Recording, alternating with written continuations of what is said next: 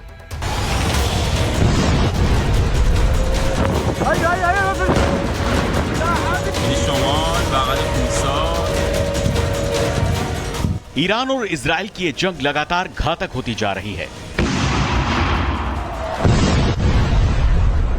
Israeli खुफिया agency Mossad ने अब जो खुलासा किया है वो काफी घातक है। ईरान पर इजराइल ने NLOS का इस्तेमाल किया है। पहली बार इस जंग में LSOS का इस्तेमाल किया गया। मोसाद के एजेंट्स ने किया घातक दावा। ईरानी स्रोत का दावा है कि मोसाद से जुड़े एजेंटों ने Israeli spike NLOS missile launcher का इस्तेमाल किया है, जिन्हें एयर डिफेंस सिस्टम को खत्म करने के लिए मॉडिफाई किया गया था। अब ये सिस्टम पूरी तरह से ऑटोमेटेड है और इंटरनेट के जरिए रिमोट कंट्रोल किए जा सकते हैं। स्पाइक NLOS मिसाइल लगभग 50 किलोमीटर रेंज तक मार कर सकती है और इसमें लाइव वीडियो गाइडेंस सिस्टम होता है, जिससे ये छिपे हुए या फिर चलते फिरते टारगेट जैसे कि रडार और मिसाइल लॉन्चर पर बेहद सटीक हमला कर सकती है। ये इसे गोपनीय ऑपरेशन के लिए आदर्श हथियार बनाता है। 3 से 5 फीट की लंबी है ये मिसाइल, एक बार में 10 टारगेट मार सकती है। 30 सेकंड में लॉन्च, 15 सेकंड में रिलोड। ईरान के सोर्सेज ने दावा किया है कि इजरायली खुफिया एजेंसी मोसाद ने ईरान में चाहे मिलिट्री लीडरशिप हो या फिर न्यूक्लियर साइंटिस्ट, सभी को NLOS मिसाइल सिस्टम से निशाना बनाया। ये ऐसी मिसाइल होती है जो अपने लक्ष्य को सीधे देखे बिना भी उसे सटीकता से निशाना बना सकती है, यानी टारगेट भले ही पहाड़, जंगल या किसी इमारत के पीछे क्यों न छुपा हो, ये मिसाइल वहां तक पहुंचकर उसे तबाह कर सकती है। और इसी प्रणाली से इजराइल ने अपने सारे टारगेट को मार गिराया। Bureau report, Republic Bharat. एक और बड़ी खबर, तेहरान में एयर डिफेंस सिस्टम को एक्टिव कर दिया गया है। इजराइल हमले को नष्ट करने की तैयारी। हमले में तेहरान के कई इलाके तबाह हो गए हैं। तेहरान वही है जो इराक की राजधानी है, ईरान की राजधानी है, और ऐसे में तेहरान को देखिए खाली करने की भी कई बार चेतावनी दी गई, क्योंकि लगातार रात भर बमबारी हो रही इन इलाकों पर। और इसीलिए एयर डिफेंस सिस्टम एक्टिव, ताकि जब इजराइल हमले करे तो कैसे उसे हवा में ही नष्ट किया जा सके। और ईरान को लेकर डोनाल्ड ट्रंप ने एक और बड़ा दावा किया है। वो बड़ा दावा क्या है आप वो जान लीजिए। ईरान के पास एटमी हथियार ना हो, सच्चाई जल्द सामने आ जाएगी। तो डोनाल्ड ट्रंप पूरी तरह से इस वॉर में हस्तक्षेप करते हुए नजर आ रहे हैं और यहां हम देख सकते हैं कि डोनाल्ड ट्रंप इजराइल के साथ हैं। ईरान के पास एटमी हथियार ना हो, सच्चाई जल्द ही सामने आ जाएगी। डोनाल्ड ट्रंप ने यह भी बात कही। और देखिए, इजराइल और ईरान की जंग के अभी 4 दिन ही हुए हैं। फ्यूल के दाम बढ़ने अब शुरू हो चुके हैं। दोनों देशों के बीच अगर लड़ाई इसी तरह से लंबी खिंची तो फिर इसके नतीजे पूरी दुनिया उठा सकती है, उठाना पड़ सकता है पूरी दुनिया को। खबर क्या है, रिपोर्ट को आप देखिए।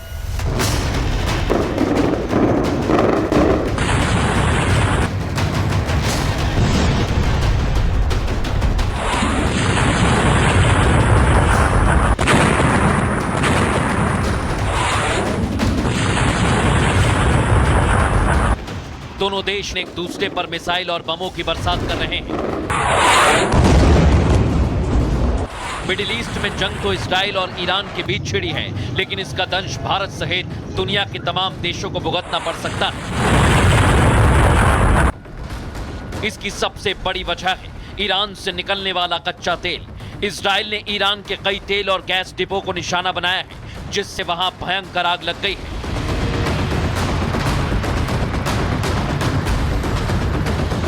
इजराइल के हमलों के बाद ईरान होर्मुज जल डमरू मध्य भी बंद कर सकता है, जिससे पूरी दुनिया की तेल सप्लाई प्रभावित होगी, क्योंकि यही वो रास्ता है जिससे दुनिया का लगभग 20% तेल जाता है।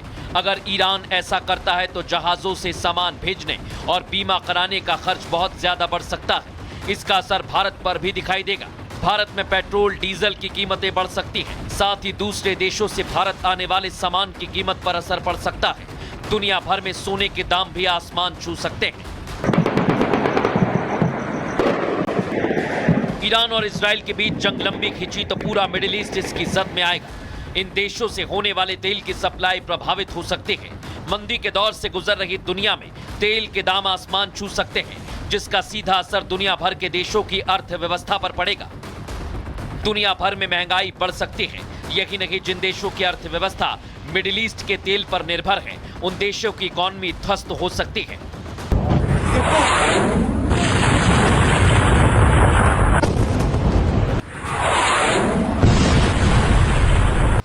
इजराइल ईरान जंग से भारत के किसानों को भी नुकसान उठाना पड़ सकता है, क्योंकि ईरान भारतीय बासमती चावल का दूसरा सबसे बड़ा खरीदार है। इसके अलावा चीनी, कॉफी और चाय भी ईरान भारत से मंगाता है। वहीं इजराइल भारत से हीरा, आभूषण, अभियांत्रिक और इलेक्ट्रॉनिक्स खरीदता है, जबकि भारत इजराइल से अंतरिक्ष उपकरण, potassium chloride, mechanical appliances, printed circuit और सैन्य हथियार खरीदता है। ऐसे में अगर जंग लंबी खिंची तो भारत को परेशानी हो सकती है। मिडिल ईस्ट के बड़े देशों में जंग जब भी हुई है, तब तेल की कीमतों ने आसमान को छुआ, जिससे पूरी दुनिया में महंगाई बढ़ जाती है। ऐसे में अब देखना यही है कि ईरान और इजराइल के बीच छिड़ी जंग कब खत्म होगी। दुनिया भर के बड़े देश इस जंग को खत्म कराने के लिए क्या कदम उठाते हैं।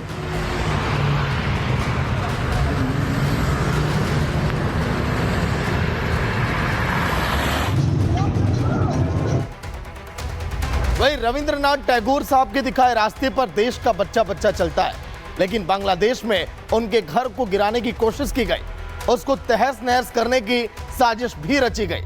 कल के दिन दिल्ली में तमाम कार्यकर्ताओं ने बीजेपी के प्रदर्शन किया और कहा कि बांग्लादेश की इस हरकत को देश बर्दाश्त नहीं करेगा।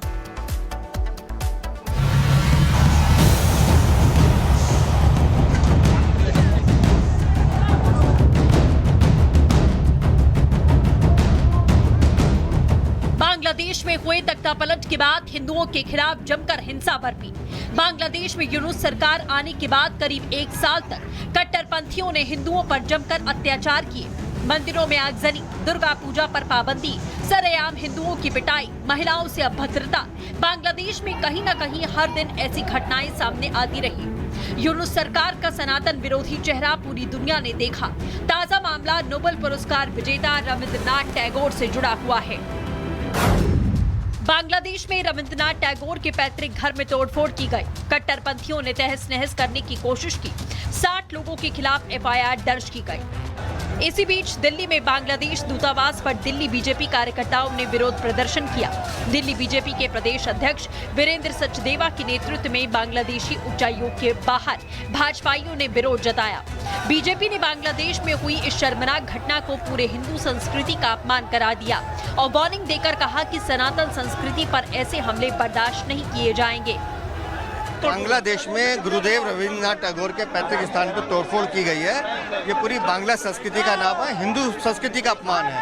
तो आज हम बांग्लादेश दूतावास को ज्ञापन देने जा रहे हैं कि इस तरह से अगर आप हिंदू संस्कृति को अपमानित करेंगे, हिंदुओं पर अत्याचार करेंगे, और गुरुदेव तो पूरे राष्ट्र के हैं, पूरे विश्व के हैं। उन्होंने 2-2 देशों का राष्ट्रीय गीत लिखा है। तो गुरुदेव के पैतृक स्थानों पर हमला ये ठीक नहीं। सनातन पर अगर हमला होगा तो सनातन भी जवाब देना जानता है। बांग्लादेश की कट्टरपंथियों को सह है जिन्होंने रविंद्रनाथ टैगोर गुरुदेव का घर तोड़ा है और उसके खिलाफ हम सड़कों पे हैं। अगर रविंद्रनाथ टैगोर साहब का घर सुरक्षित नहीं है तो आप सोचिए वहाँ के अल्पसंख्यकों का क्या होगा। और हम इस तोड़फोड़ के सख्त खिलाफ हैं। बांग्लादेश की सरकार जागे, उसके लिए हम आज बांग्लादेश के दूतावास से प्रदर्शन कर रहे हैं। कुल मिलाकर ये प्रदर्शन बांग्लादेश की अंतरिम सरकार को चेताने के लिए किया गया, जिसने इस्लामिक कट्टरपंथियों को खुली छूट दे रखी है। बीजेपी ने साफ संदेश दे दिया है कि सनातन संस्कृति का अपमान नया भारत बर्दाश्त नहीं करेगा। बांग्लादेश की सरकार सख्त कार्रवाई को अंजाम दे, नहीं तो भारत से विरोध की ऐसी मुखर आवाजें उठती रहेंगी। Bureau report, Republic Bharat.